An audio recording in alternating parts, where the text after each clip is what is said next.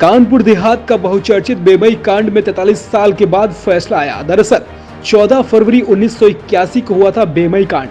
दक्ष सुंदरी फूलन देवी ने अपने गैंग के साथियों सहित 20 लोगों को गोलियों से छलनी कर मौत के घाट उतार दिया था। आज 14 फरवरी 2024 को कोर्ट ने फैसला सुनाया। एक आरोपी को उम्र कैद की सजा का ऐलान किया गया, जबकि एक आरोपी विश्वनाथ को दोष मुक्त कर दिया गया। श्याम बाबू को उम्र कैद की सजा का ऐलान किया गया। बेमई कांड मामले में कई आरोपियों की हो चुकी है मौत। बेमई कांड में वादी समेत कई गवाहों की हो चुकी है मौत। कानपुर देहात की स्पेशल डकैत कोर्ट अमित मालवीय की कोर्ट ने फैसला सुनाया है। आपको बता दें कि 43 साल पहले उत्तर प्रदेश के कानपुर देहात में हुए एक कांड ने पूरे देश को हिला कर रख दिया था, जिसके बाद दक्ष सुंदरी फूलन देवी का नाम सुर्खियों में आ गया था और राज्य से लेकर केंद्र तक की सरकार हिल गई थी। एक साथ 20 लोगों को लाइन में खड़ा करके गोलियों से छलनी कर दिया गया था, जो देश में बेमई कांड के नाम से चर्चित हुआ। 43 साल पहले इस मामले में कोर्ट ने अपना फैसला सुनाया, जिसमें एक आरोपी को उम्र कैद की सजा और एक को दोष मुक्त कर दिया गया। बेमई का नाम आते ही एक बड़े नरसंहार का नाम बेमई का नाम आते ही एक बड़े नरसंहार की रक्त रंजित कहानी याद आ जाती है, जिसमें एक ही जाति के 20 लोगों को मौत के घाट उतार दिया गया था। इस नरसंहार का अंजाम देने वाली एक ऐसी डकैत थी जिसे लोग फूलन देवी के नाम से जानते थे। चंबल से सियासत तक का सफर तय करने वाली फूलन ने अपने साथियों संग खून की होली खेली थी।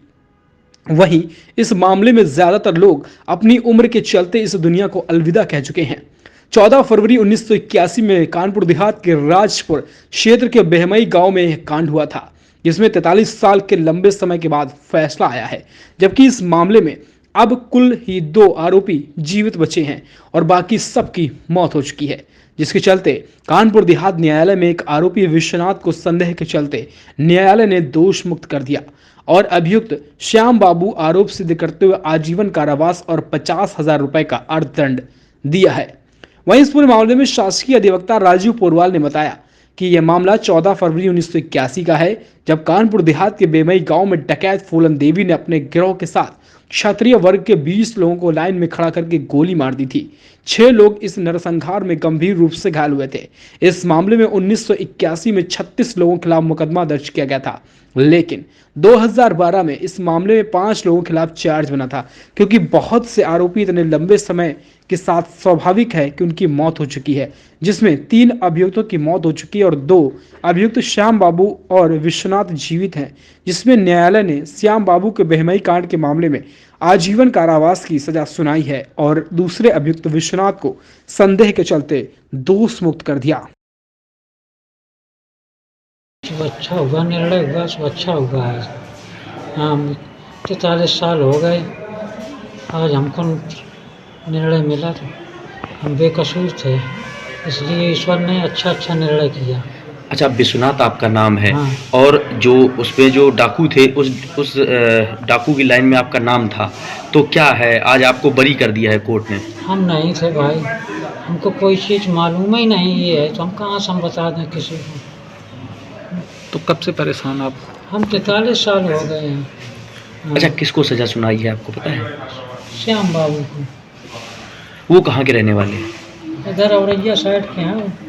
तो अंदर आप कहाँ के रहने वाले थे? हम आप महेशपुर के। क्या कोर्ट के फैसले में क्या करें? आप 43 साल आपको परेशान होना पड़ा, आपने बराबर लड़ाई लड़ी, आज फैसला आया, इस पर क्या कहेंगे? अरे हमको बधाई है साहब, उन्होंने जो फैसला दिया अच्छा किया है। आपके साथ आपको सजा पता चली, आपको क्या हुआ है? हमको बरी किया गया है। देखिए, न्याय में विलम्ब एक तरह से न्याय न देना है। 43 साल तक एक जो वादी था उसकी भी डेथ हो गई, बहुत सारे जो उसके गवाह थे उनकी डेथ हो गई, जो पीड़ित परिवार थे जिनके परिवार के लोगों की हत्या हुई उनमें बहुत सारे लोग अब नहीं रहे जो न्याय पाने की आस में थे, और उसके साथ में इसमें जो बहुत सारे जो मूल्यवान हैं उनकी भी डेथ हो गई। ऐसी स्थितियों में ये एक ऐसा मुकदमा रहा जो ये दिखाता है भारतीय न्याय व्यवस्था को कि अगर किसी को न्याय से खेलना है तो जो कानून के जो प्राविधान दिए गए हैं उनमें कैसे खेला जाए, वो इसका सबसे बड़ा उदाहरण है। क्योंकि 14 फरवरी 1981 को ये दुर्दांत घटना घटी थी, जिसने पूरे देश को ही नहीं पूरे विश्व में एक तहलका मचाया हुआ था। बहुत दुर्दांत घटना थी और लगातार आज 43 साल तक दर बदर कानून में न्याय पाने की आस में वादी और हिंदुस्तान का हर ऐसा व्यक्ति जो न्याय के बारे में अगर सोच रखता हो तो वो निराश हुआ है इस न्याय व्यवस्था से। अच्छा, क्या कहेंगे इस फैसले के बाद आप? फैसला जो भी आया है ठीक है, फैसले के बारे में हम कुछ नहीं कहेंगे, फैसला ठीक है, लेकिन फैसला विलंब से है और इस तरह से अगर विलंब होगा न्याय में तो लोगों की आस्था कहीं ना कहीं न्याय से उठती है। आज विश्वनाथ को बरी किया गया जी। और 43 साल उन्होंने जंग लड़ी। आज ऐसे व्यवस्था मतलब इस तरीके क्या कहेंगे आप? जितनी जानकारी मिल रही है कि जो बरी हुआ है उसको नाबालिग उसने अपने आप को शायद घोषित कराया था, लेकिन किन कागजात पे और कैसे अगर उसकी भी जांच हो, वो एक कहीं ना कहीं न्यायिक व्यवस्थाओं का ही कहीं दोष माना जाएगा कि इन व्यवस्थाओं के तहत एक कोई व्यक्ति बरी हुआ है। ये एक अभियोजन का मामला है, अभियोजन उस मामले में देखेगा, लेकिन जिस तरह से ये इतना विलंब हुआ है निश्चित तौर पर न्याय में एक विलंब न्याय का न मिलना ही माना जाएगा। बहमई कांड हम सब जानते हैं इस जनपद का सबसे पुराना मामला है। आज के ही दिन यानी 14 फरवरी 1981 में एक बड़ा हत्याकांड हुआ था, लूटपाट हुई थी ग्राम बहमई में। 20 लोगों की हत्या थी और 6 लोग उसमें घायल हुए थे। ऐसे कुल 26 के ऊपर हमला हुआ था और पूरे गांव में लूटपाट हुई थी। उस मामले में आज न्यायालय ने अभियुक्त श्याम बाबू को आजीवन कारावास की सज़ा सुनाई है। 50,000 रुपये अर्थदंड से दंडित भी किया है।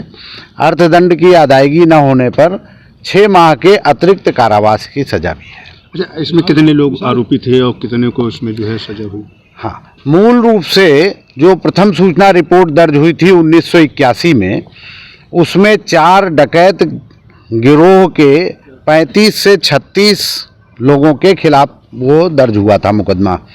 और यहाँ पर 2012 में 24 अगस्त 2012 में चार्ज बना था इस मामले में एक लंबी प्रक्रिया के बाद। और उस मामले में उस समय 5 लोगों के विरुद्ध चार्ज बना था जिन्होंने ट्रायल को फेस किया। उसमें से इस समय 2 अभियुक्त जीवित बचे थे, बाकी 3 की मृत्यु हो गई थी। उन पर आज निर्णय आया है। अच्छा, जो जीवित थे उसमें 1 लोगों को उम्र कैद की सजा है और दोषी किसको पाया गया और किस आधार पर पाया गया है? देखिए, ये तो पूरे निर्णय का विषय है पढ़ने के बाद, लेकिन इसमें हमने न्यायालय के सामने सारी परिस्थितियों को साबित किया है। और उस समय की जो आइडेंटिफिकेशन परेड हुई थी जिला कारागार में, चाहे वो इटावा का जिला कारागार हो चाहे कानपुर का जिला कारागार हो, सब जगह आइडेंटिफिकेशन परेड हुई थी, वो भी साबित हुई है न्यायालय में, उसका उल्लेख भी आया है। और इंजर्ड विटनेस जो थे उनका भी बयान हुआ है, तो उनका बयान होने के बाद उसके आधार पर न्यायालय ने पाया है। तो दोनों तरह की साक्ष्य यहाँ पर आई है। इसमें एक आदमी बरी हुआ है, मान सिंह जो इसमें एक आरोपी था वो गिरफ्तारी नहीं की। मान सिंह को वास्तव में यहाँ पर जब ट्रायल शुरू हुआ और 3 चक्षुदर्शी साक्षी प्रस्तुत किए, उनके बयानों के आधार पर हमने प्रार्थना पत्र यहाँ प्रस्तुत किया था। उस पर न्यायालय ने तलब किया था मान सिंह को। उसके बाद से उसके खिलाफ NBW भी जारी हुआ है और उसको भगोड़ा घोषित करके स्थायी NBW है 82-83, उसके 2 पते जो उपलब्ध थे न्यायालय पत्रावली में, उन पर कुर्की भी हुई है। अच्छा, बरी किसको किया गया है, दोष मुक्त किया गया है? विश्वनाथ इसमें संदेह का लाभ पाया है और ये वही विश्वनाथ है जिसको 2015 में इसने जुवेनाइल क्लेम किया था। ये बताया था न्यायालय के सामने कि घटना के समय हमारी आयु ये 15 वर्ष की थी, तो उसके आधार पर इसको अवयस्क घोषित किया गया था।